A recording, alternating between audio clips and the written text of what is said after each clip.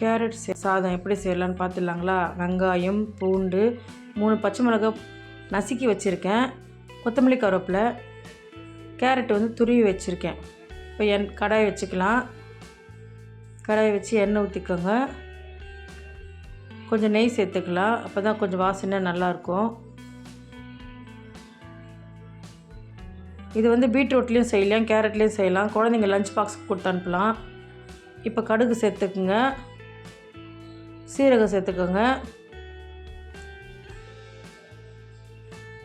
உளுத்தம்பருப்பு, கடலைப்பருப்பு நல்லா பொன்னிறமாக வந்ததுக்கப்புறம் கடுகெல்லாம் பொரிஞ்சதுக்கப்புறம் வெங்காயம் போட்டுக்கோங்க. அதிலே பூண்டு பல்லும் போட்டுக்கோங்க. பூண்டு நல்லா பொடியை நறுக்கி வச்சுருக்கேன். அதுக்கப்புறம் பச்சை மிளகா நறுக்கி வச்சதையும் போட்டுக்கோங்க. பச்சை மிளகா நசுக்கி வச்சுருக்கேன். இப்போ நல்லா வெங்காயம் பொன்னிறமாக வந்துடுச்சு.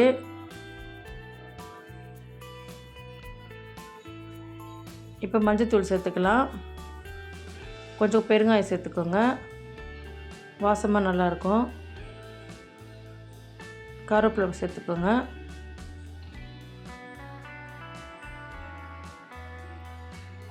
இப்போ தேவையான அளவு உப்பு போட்டுக்கலாம்.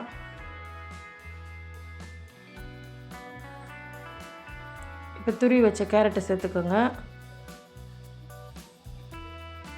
இப்போ நல்லா கேரட்டை சேர்த்து நல்லா கலரி விட்டுருங்க. கலரி கொடுத்துட்டு கொஞ்ச நேரம் மூடி வைக்கலாம். சிம்மிலே வச்சுக்கோங்க. சிம்மில் வச்சு மூடி வச்சுருங்க. இப்போ வடித்த சாதத்தை நல்லா ஆற வச்சு வச்சுருக்கேன். இப்போ அதை கூட சேர்த்து கலரி கொடுத்துருங்க. குழந்தைங்க ஸ்கூலுக்கு லஞ்ச் பாக்ஸ் கொடுத்து அனுப்பலாம். இதில் பீட்ரூட் சேர்த்துக்கலாம், கேரட் சேர்த்துக்கலாம், நல்லாயிருக்கும். காலையில் ஈஸியாகவும் இருக்கும் குழந்தைங்களுக்கு செய்கிறதுக்கு. இதில் நம்ம முட்டை கூட உடச்சி ஊற்றிக்கலாம் இறக்கும் போது. இப்போ கொஞ்சம் நெய் சேர்த்துக்கோங்க.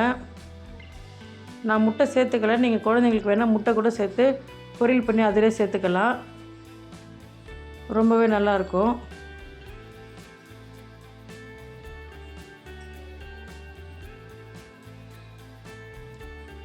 அவ்வளோதான். இப்போ கொத்தமல்லி தூவி இறக்கிட வேண்டியது தான். அவ்வளோதான், கேரட் சாதம் ரெடி ஆகிடுச்சு. ட்ரை பண்ணி பார்த்துட்டு எப்படி இருக்குன்னு சொல்லுங்கள். எல்லோருக்கும் நல்லதே நடக்கட்டும். நன்றி, வணக்கம்.